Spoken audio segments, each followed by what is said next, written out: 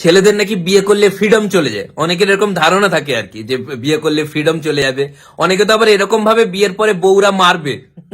অনেকে কি, আমি নিজেই এরকম ভাবতাম যে হয়তো বিয়ের পরে বউ আমাকে মারবে, কিন্তু বিয়ে হয়ে গেছে এতদিন, নিশ্চিন্ত করে তোমাদের বলতে পারি যে এগুলো কিচ্ছু হয় না। পায়ে ধরে ক্ষমা চাইলে ঠিক ছেড়ে দেয়।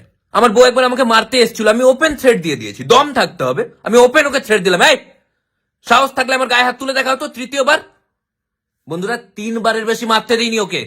অনেকের আবার এরকম ধারণা বিয়ের পরে আমরা আড্ডা মারতে পারবো না, আগে কত সুন্দর আড্ডা মারতাম, বউ কল করে ডেকে নেবে। এত দিন বিয়ে হলো, এখনো পর্যন্ত বউ কখনো কল করে আমাকে ডাকেনি আড্ডা থেকে, কারণ আমি আড্ডা বাড়িতেই মারছি।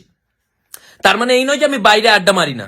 আমি একবার বাইরে আড্ডা মেরেছিলাম, আমার বউ কল করে দিয়েছিল। বাড়িতে এসে থ্রেট, সাহস থাকতে হবে তোমার। বাড়িতে এসে আমি ওপেন বললাম, তোমার সাহস কি করে হলো? বন্ধুদের সামনে আমাকে কল করার তোমার সাহস কি করে হলো? সেই একদিন আর আজকে একদিন, এখনো পর্যন্ত আমি বাইরে আড্ডা মারলে কখনো কল করবে না, গিয়ে আমাকে পিটিয়ে নিয়ে আসবে, কিন্তু কল আমি করতে দিইনি। অনেকে বলে বউয়ের জন্য নাকি সোনা কিনে দিতে হবে, টাকা খরচা হবে। এরকম কোনো ব্যাপার নয়। আমার বউ আমাকে বলে যে তোমাকে আমার জন্য সোনা কিনে দিতে হবে না, আগে আমার 2.5 লাখ টাকা তো ফেরত দাও যেটা নিয়েছিলে। তোমাকে ঝগড়াটাকে অ্যাভয়েড করতে শিখতে হবে। ঝগড়া হলে দুজনের মধ্যে একজনকে চুপ করে থাকতে হবে। কখনো আমি চুপ করে থাকি, কখনো আমার বউ ঝগড়া করে।